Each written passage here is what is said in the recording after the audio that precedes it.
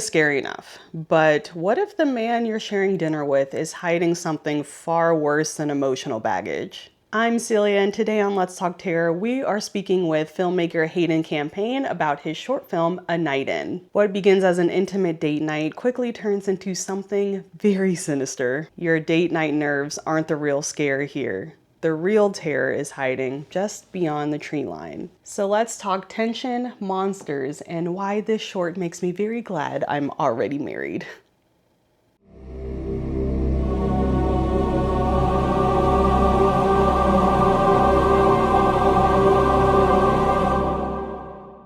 Hayden, hello. Hello, how you Nice to doing? I'm doing well. It's today we're filming on Sunday, but yeah, I'm tired. I was actually just at Trans World yesterday. Oh, yeah. Oh, Yes. Do you know uh, Trans World? not familiar with it. Okay, so Trans World's Halloween and attraction show. It's basically a trade show that all the haunters go to look at all the Mm. like new animatronics and different Halloween things for this year. It's super fun, but I was out very late, so Ah, I'm like okay, running on fumes here.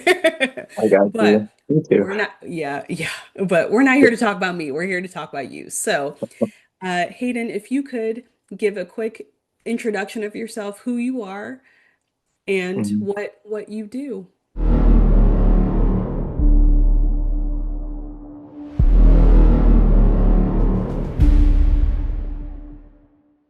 Yeah, I'm Hayden Campain. I'm a filmmaker, a horror filmmaker, horror enthusiast, lover of all horror films. Yeah, I made a film called A Night In about a year and a half, 2 years ago. That was my first like proper short film that I've made, which you reviewed, which was awesome, by the way. Thank It you for was an that. awesome movie. We're gonna get Thank into it you. though. Yeah. Yeah. But yeah, that's essentially horror filmmaker. And yeah, I do some other things. I do some Instagram stuff, which you see, and yeah, You go live a lot. I I see do. all the notifications and I'm Yeah, like, sorry. dang, he's live again. No, don't be sorry. They're cool. It's cool that you do that. No, Uh it's you fun. so A Night In, tell me about just a quick description of what A Night In is about. Yeah, so that was my first horror short film. So it's a horror film about dating, kind of the perils of dating. About a woman, Beth, who is on her second date with this guy Danny at his house. And it's just kind of a date gone wrong, without spoiling it too much. I don't know if we're doing spoilers or not. Either way is fine. It's up to you. I would hope that people have seen it by now, but if not, let's try to Yeah. keep it relatively spoiler free. Okay. But yeah, yeah, that's essentially it. It's a horror movie about a date gone wrong, and yeah, my first film, and yeah, That's crazy that it's your like first one because it turned out really, really good. So thank you. congratulations. It really does. You would never know that it was like your first one.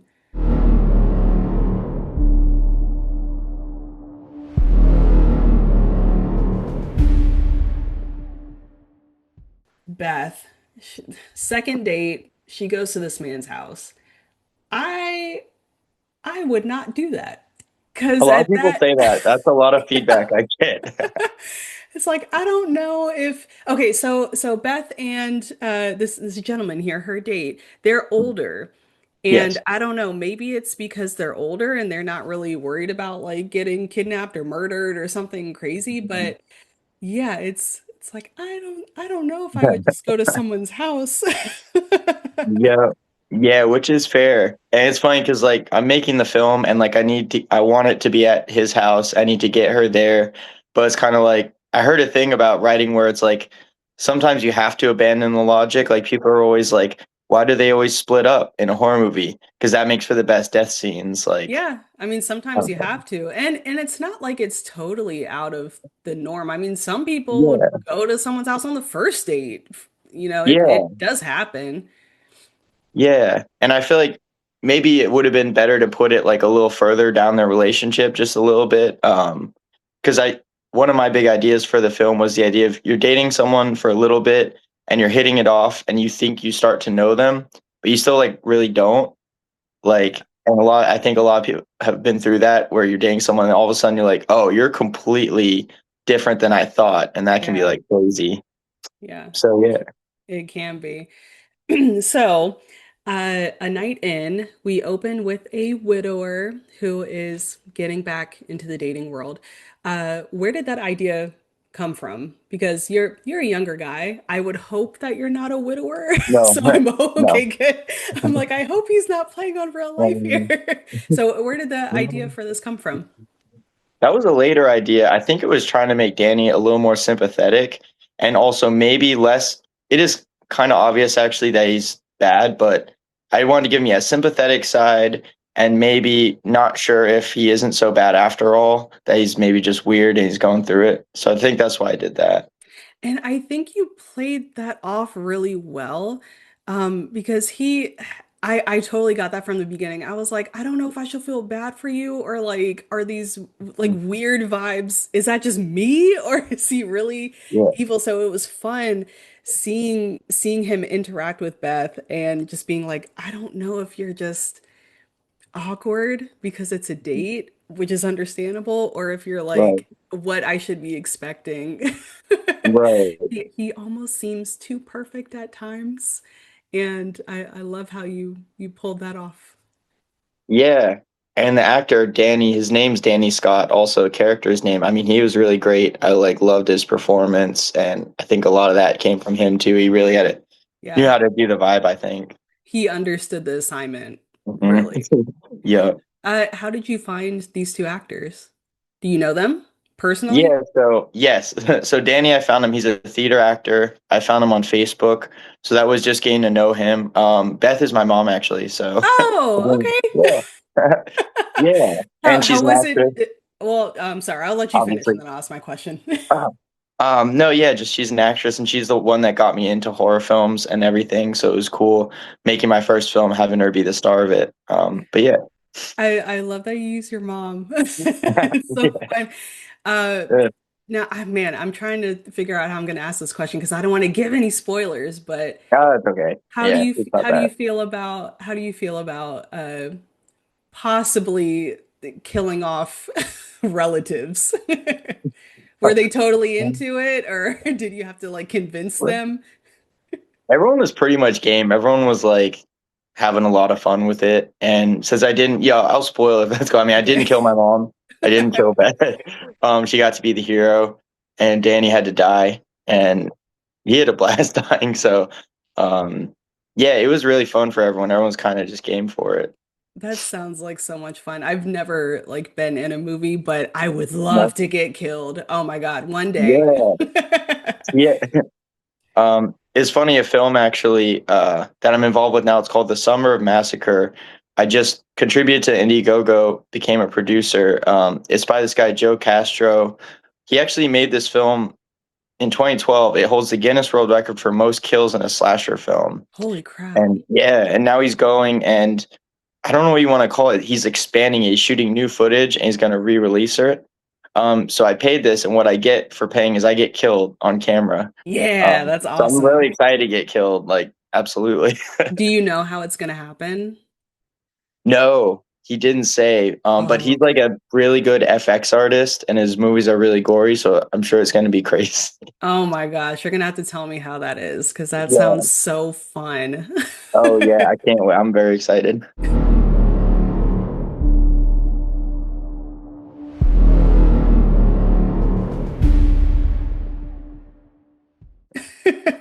So let's talk about the reveal. There is a monster in this movie. So a night in goes from, oh, a nice little like romance story to terror. There's something very scary here. And it's a bit shocking. It's really cool how you like moved it that way. Like there's a very obvious tone shift. How did you work to make that switch from, oh, dating story, maybe it's a little iffy, but we'll see, to, oh, there's a monster here. Yeah, I think part of it was like I love films that just go absolutely crazy, especially in the end. So it was kind of like, all right, and this is my first film. I want to do the things I like in a film, which is like a scary monster and like crazy stuff. So I feel like it was just a point where you finally see the monster and it's kind of like, let's go. There's like a fight scene right then. And yeah, I feel like at that point I was just kind of pulling out all the stops. Yeah. Um, but yeah, I like movies that are slow building tension. But I also like that just craziness. I like it when a film like delivers, like gives you like kind of what you want in that, or at least what I want. So yeah. Now, the monster, you didn't overdo him, but he was still very scary. Do you want to let's talk Mm. about the monster for a minute. Tell me about him. Where did the like design come from? Yeah, so I kind of wrote him just as this like beast in the woods, this scary. Imagine him as a hooded figure, and the face I wasn't sure about. But it ended up just being a mask from like Spirit Halloween that I really liked, and we tried to actually do makeup for him. And we got a guy and we did the makeup and we shot it and it just didn't work. It just didn't look good, unfortunately. So we used the mask and it worked pretty well, I think. It did. It did. Yeah, I sometimes less is more. Like you don't yeah, sometimes you don't need a whole big old effects going on. yeah, It would have been yeah. cool if they did work out, but like the mask Yeah. worked just fine. It did what it needed to do.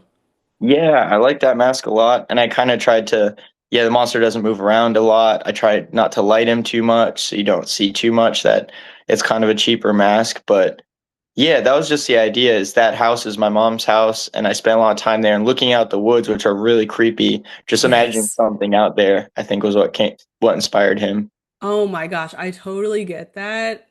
My parents' house used to be next to a whole bunch of woods. They have since like cut down some woods and built some more stuff behind there, so Mm. it's not as like thick and dense as it once was when I was growing up. So Mhm. yeah, I totally get it. Yeah, It's scary looking out into some yeah. dark woods. I like how you hit on not lighting the monster too much. Tell me, what do you think is scarier? Seeing a monster all lit up and bright and you can see everything, or keeping it kind of hidden a bit? Hmm. That's a good question. And I think like some of the scariest monsters to me, actually, I'm almost gonna say you can completely see it, which I think a lot of people think the opposite, but it has to be like a really good monster, Yeah, really well done. But like the Thing and like the Fly, which are just that's crazy true. effects. I Yeah, kind that's of like true. that. That's pretty creepy to me, actually. But it is great when you don't really see him. Like that is great too. But I like to kind of just see it. I Yeah, just didn't I have the budget to do that. Hey, it still worked out though. I Yeah, think for me it depends on the movie. yeah. Before you answered, I would say, "Oh, I think it's probably better to like not see it all the way." But now that Mhm. you mentioned the fly and the thing, and I'm like, "Oh yeah, those actually were lit really good. You could see everything, Yeah. and they were still really scary." So I think I'm kind of Yeah. in the middle. I'm in the middle. Okay. Okay.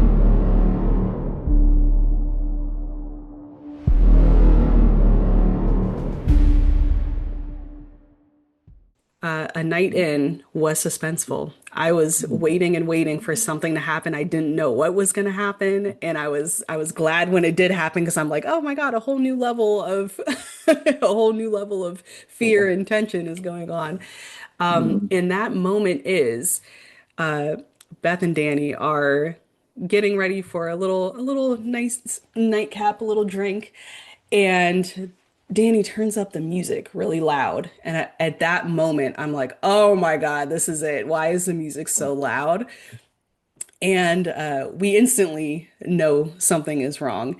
How did you like come up with that scene? Did you know that that was going to be the point that something happens, or were you trying to think of like, okay, how do I move on from one one idea to the next? Yeah. How did that all come about? I think I was watching a lot of movies at the time that were inspiring it. One I think was Heretic. I don't know if you saw Yes. that. I like that a lot, and I like the slow building suspense in that. And just the way he is. I think honestly, Oniden was influenced a lot by that. But the music and stuff, I love like music, like creepy music in a scene. So I think I want an excuse to get some creepy music going.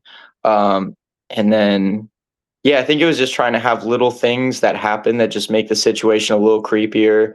The music, it's darker now, and like just things like that. Yeah. Yeah.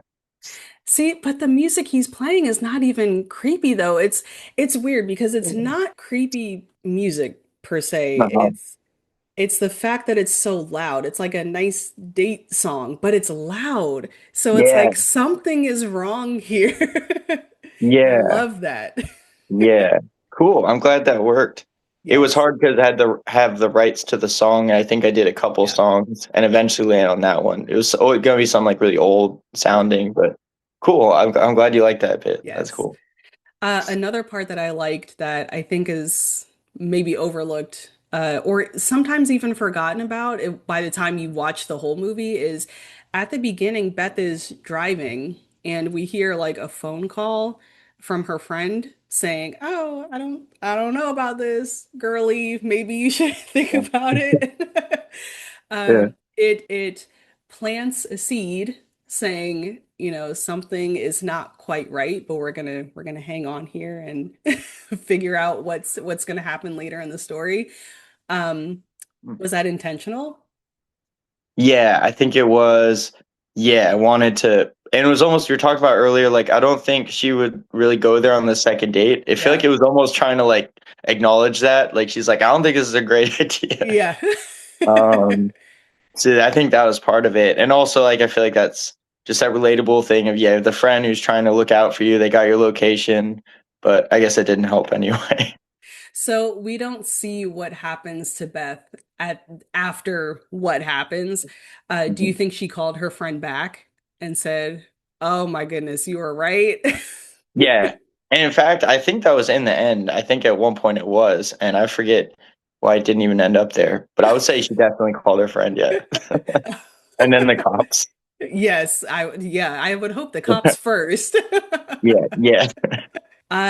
Did you always envision A Night In as, a tight 13-minute story, or was there a longer version and you just decided to make it into a short instead? It was definitely always a short just because I've like worked on films and stuff before this and done stuff and it can be really hard. Just Yeah. every minute you add, it gets harder and more expensive. And in fact, I think that was even longer. I kind of bit off a lot with this one. Um, So actually, my next film is shorter. It's more like 5 minutes. Mm. Because yeah, and I as much as I'd love to make a feature film, that's like so much. Like I have It's a scripts, but lot. Yeah, it's a lot. yeah. So hopefully one day. But yeah, it's pretty much what I envision. Or actually, it was a little shorter. It's probably like 8 or 9 minutes. And when I write, I tend to just add things. So yeah, it ended up like 13 minutes. Okay. Was there anything that you ended up filming but taking out in the final version that we didn't see? Or did you use pretty much everything that you filmed? Yeah, we cut a couple scenes that were just kind of her early in the date, just Beth and Danny kind of doing things, and there were supposed to be little things that raised the tension a little bit. But yeah, it just felt too slow and it was boring me to watch it through. So yeah, I cut a little bit of stuff that I think is not really going to be missed. There wasn't anything crazy. So Okay. yeah.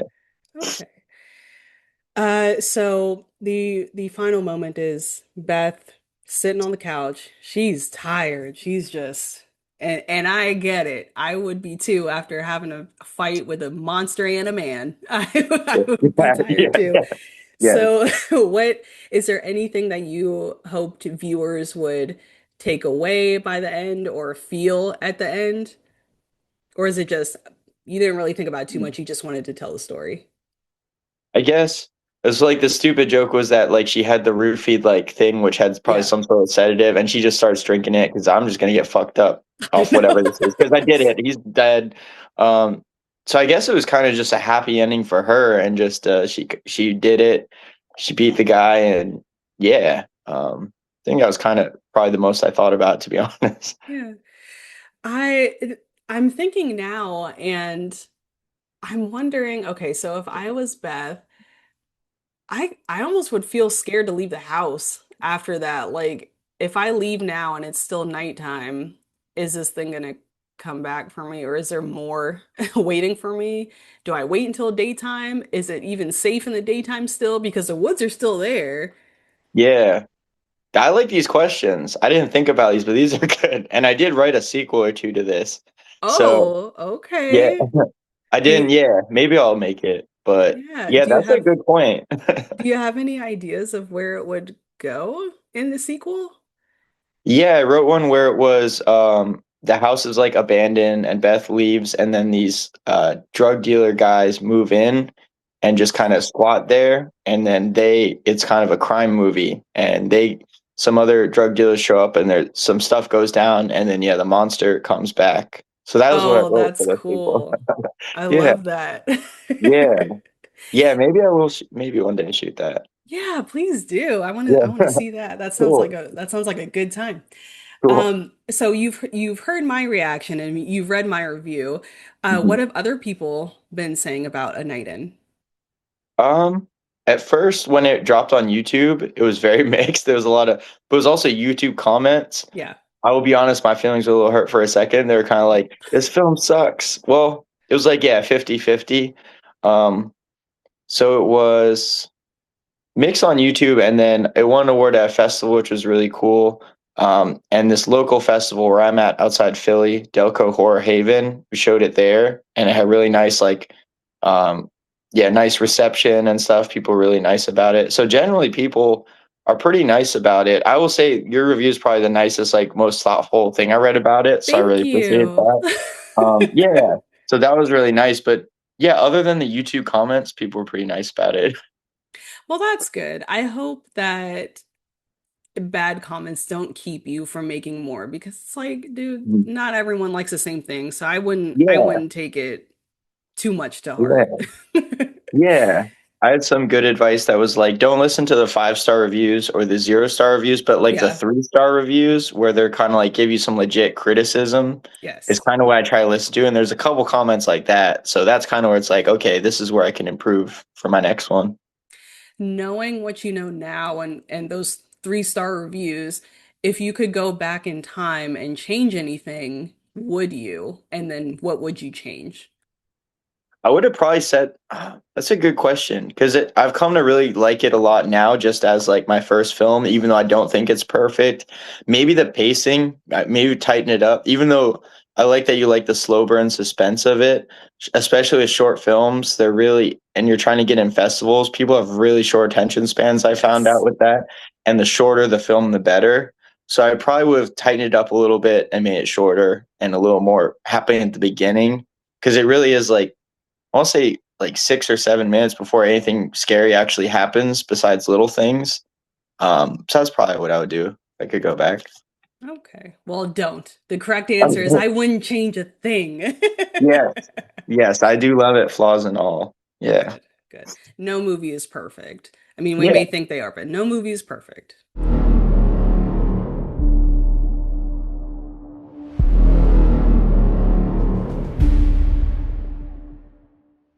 Um, Yes. all right. So, what's next for Hayden? Uh, what's next after this? Yeah, a couple of things. The next thing actually, which I haven't talked about, I guess the first time talking about, I'm doing a Scream fan film. So that's Yes. next, a Scream fan film, which I'm pretty excited for. A guy wrote the script for me actually, and he did a really good job. And we're shooting it next week. So really excited for that. Obviously, love Scream. I do the ghost face thing on Instagram. Yes. So I'm really excited to get to try my shot at like a Scream film. How do you feel about, did you see the last one that came out? What is Yes, it, 7? What do you think? 7. Yeah. I haven't seen it. I know what happens in it, so it's Okay. totally fine if you spoil it for me. I'm not Okay, I going can to see spoil it Scream just 7. because yeah, I'm not going to see it just because I'm not like a huge Scream fan, so it's Yeah, like it's fine if I don't see this one. right. But what do you Okay. think about it? I genuinely loved it. I thought it was really good. They upped the brutality a lot, which I do love a brutal film, like horror film. So that was fun. I had a little bit of issues with the killer reveals. I didn't think, I guess, yeah, the killers, they're not really, they're kind of random people. Yeah. Um, but, and Stu, I'm a big Stu Macher fan. And there was the question, is he going to be alive or not? He's not, which is a bummer. But Yeah. they still had Matthew Lillard and he killed, he was so good, even though he was just AI. Overall, I really loved it, to be honest. I thought it was pretty dope. Where do you think they're going to go from here? Because That's for a good me, question. it's like what else can you do at this point? We've had everybody and their Yeah, mom be a killer. So yeah, what else can you do from here? I don't know. They're gonna have to do some really good story writing for anything yeah. after this to work. Yeah, that's the hard part. Although I was talking about with someone, that is the cool thing about with Sydney, she can never escape it because there's always going to be another person that can just Yeah. take on the mantle no matter where you go. And it's usually someone close to her. So that is pretty crazy. But it is also tough because either you have it be a random person or Yeah. someone that you try to connect to all the past films, which they tried to do that with Scream 3. People kind of hated it. So it is tough, but like I'm gonna watch them. They can keep making them. I'll watch them. But yeah, I'm curious to see. I don't know. Are they making another one? Did they I confirm that? I'm not 100%. I feel like I saw they confirmed it, but maybe I saw Mhm. something else. I don't know. I don't keep up Yeah, with I don't yeah. keep up I'm with not sure, but Scream news. yeah, yeah. I think I would, but no, but yeah. I think there's stuff they could do, and I hope they do. Yeah, Okay. yeah. All right. Now is the time to plug anything you'd like. Where can people find you? Yeah, you That can kind of find me. stuff. Yeah, I would say the main thing is my Instagram, ADH horror. That is my main stuff, and then my YouTube is also ADH horror. That's where I put my films and my videos. But yeah, I'd say that I'm also on TikTok a little bit and pretty much all the socials. But I'd say check me out on Instagram. Awesome. I will leave all of the links in the description. So go Cool. find Hayden, go support indie horror, and watch all his stuff because it's really good. A night in is proof that you don't need excessive gore to create scares. Sometimes all it takes is a patch of woods behind your house. A huge thank you to Hayden for coming to talk to me about A Night In. You should definitely go watch it and definitely go follow him on socials. I'll leave all of that in the description. And until next time, maybe meet for coffee instead.